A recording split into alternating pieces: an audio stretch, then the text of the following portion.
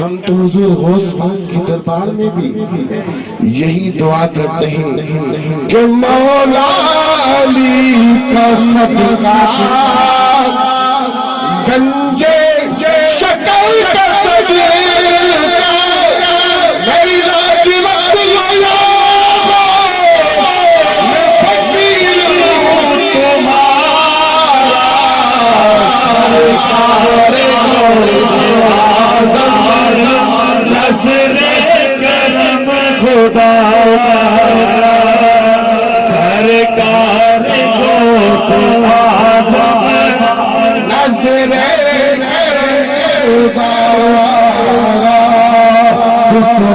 بھائیو سیدنا فاروق اعظم حضرت مولا علی مشکل کشا اویس کرنی کی دربار میں آئے. اویس کرنی نے جبہ پہن کر دعا فرمائی. اللہ تعالیٰ نے آدھی امت کو بخش دیا. باقی الہام ہو اویس کرنی کو. اے اویس آدھی امت سید عبدالقادر جیلانی بخشوائیں گے. کہو سبحان اللہ. ایسے کرنے اللہ تعالیٰ کی دربار میں عرض کرنے لگا یا اللہ سید عبدالقادر جیلانی کا میں بھی دیدار کرنا چاہتا ہوں. دوستو عزیزوں میرے بھائیوں اللہ تعالیٰ نے ارشاد فرمایا الہام فرمایا سید عبدالقادر جیلانی فی مقعد صدق عند ملیک مقتدر کے مقام پہ بعد میں آنے والے دوستو عزیزوں میرے بھائیوں ایسے کرنی نے فرمایا سید عبدالقادر جیلانی کا قدم میں بھی مانتا ہوں. دوستو عزیزوں میرے بھائیوں حضور غوث اعظم رضی اللہ تعالیٰ عنہ کی محبت بھی ایسے منافق کے دل میں نہیں ہوتی ہے. حضور غوث اعظم کی محبت بھی مومن کے دل میں ہوتی ہے. تو سبحان اللہ. ارے مسلمان تو کیا ایک عیسائی کا ایک عیسائی کا بڑا عالم تھا. ان کی دل میں یہ خیال ہوا کہ میں کلمہ پڑھ کر مسلمان ہو جاؤں اور ایسے اس وقت سب سے اعلیٰ اور عرفہ ہو. کہو سبحان اللہ. اسی سوچ میں ان کو نیند آ گئی. نیند میں حضرت سیدنا عیسیٰ علیہ السلام ان کو دیدار کرواتا ہے. کہو سبحان اللہ. حضرت عیسیٰ علیہ السلام کی زیارت کی اس عیسائی عالم نے حضرت عیسیٰ علیہ السلام فرمانے لگے پریشان کیوں آئے تجھے ایسا کوئی بندہ دیکھنے میں نہیں آتا تو بغداد جا ادھر سید عبدالقادر جیلانی ہوگا اس کے ہاتھ پہ مسلمان بھی ہو جا تو اس کا مرید بھی ہو جا. دوستو عزیزوں میرے بھائیوں وہ آیا عیسائیوں کا عالم حضور غوث پاک کی دربار میں سارا واقعہ عرض کیا. حضور غوث پاک ان کو کلمہ پڑھا کر مسلمان کرتے ہیں کہ پڑھو لا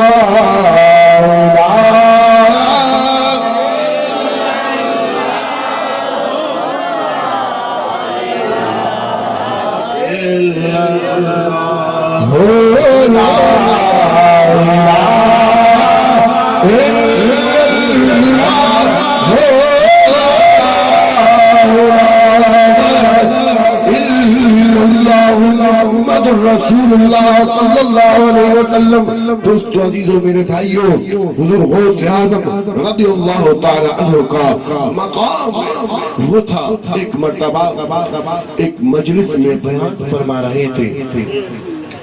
آپ نے حضرت قبلہ سے مولانا عبدالغفور سکندری سے سنا کہ حضور غوث پاک کے محفل میں مجلس میں 70 ہزار کا مجمع ہوتا تھا. کہو سبحان اللہ. اس ٹائم میں لاؤڈ اسپیکر نہیں ہوتے تھے لیکن آواز جیسے سامنے والے سنتے تھے آخر والے بھی ایسے ہی آواز سنتے تھے. کہو سبحان اللہ.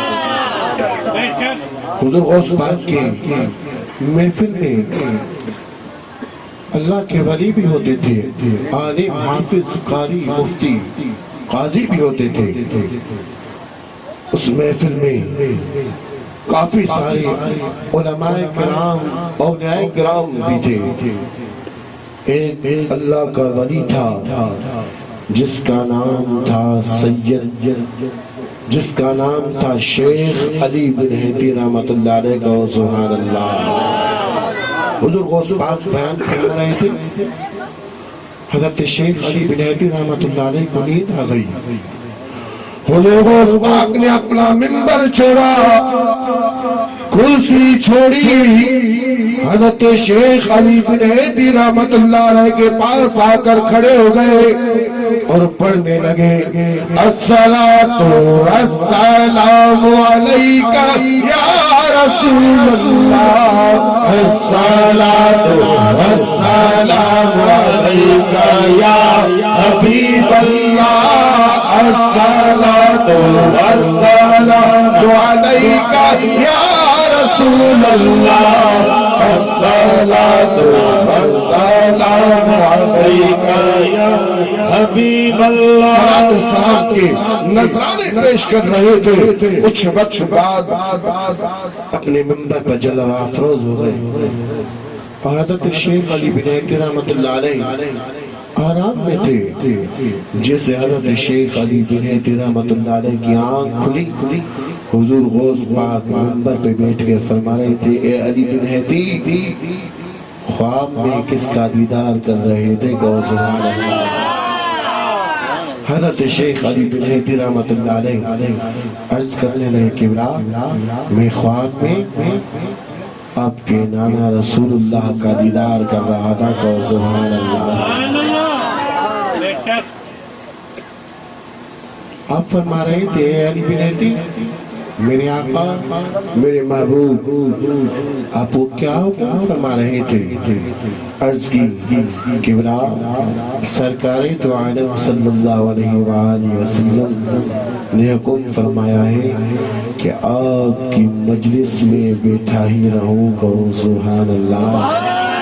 مجلس ختم ہو گئی، حضور غوث پاک کے مرید حضرت شیخ علی بن ہیتی رحمت اللہ علیہ کے پاس آئے، اے علی بن ہیتی، آپ تو خواب میں سرکار دو عالم صلی اللہ تعالی علیہ وآلہ وسلم کا دیدار کر رہے تھے، ہمارے مرشد کو کیسے پتا چلا؟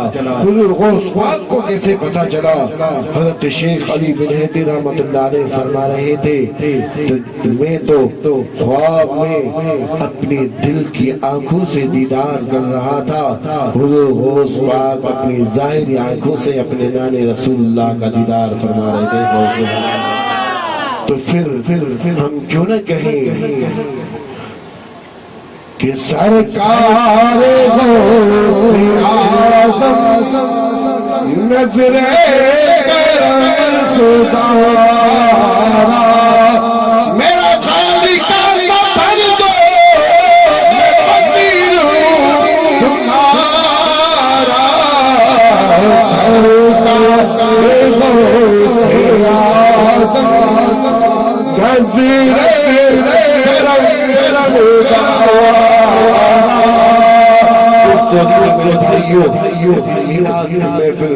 اور 11ویں شریف کی محفل اچھی بات ہے، لیکن حضور غوث پاک کا مقام کیا تھا؟ حضور غوث پاک عبادت ایسی فرماتے تھے، 40 سال بغیر ناغا عشاء کی حضور سے فجر کی نماز پڑھی، کہو سبحان اللہ۔ ہم محفل میں بیٹھے 12 بجے تک، 1-2 بجے تک، اور صبح نماز بھی نہ پڑھیں، تو میرے بھائیوں ایسے نہیں ہونا چاہیے۔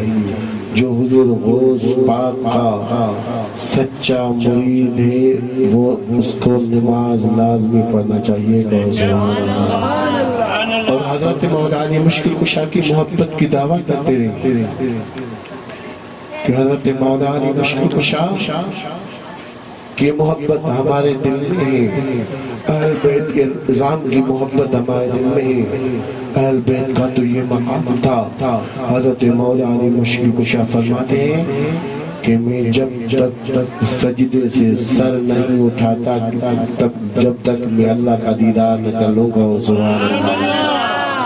ساری رات سجدے میں سیدنا فاطمہ الزہرا رضی اللہ تعالی عنہا کا مقام یہ تھا کہ اما خاتون جنت جب نماز پڑھتی تھی سردی کی بڑی بڑی راتیں لیکن جیسے صبح صادق ہوتی اللہ کے حضور میں دعا فرماتی یا اللہ راتیں بہت لمبی کر دے کہ جی بھر کے تیری عبادت کروں گا. اور سبحان اللہ. اور میرے آقا نے فرمایا نماز میرے آنکھوں کی ٹھنڈک ہے. دوستو اللہ تعالیٰ سے دعا ہے اللہ تعالیٰ ہم سب کو 5 وقت نماز پڑھنے کی توفیق عطا فرمائے اور ذکر اذکار اللہ کے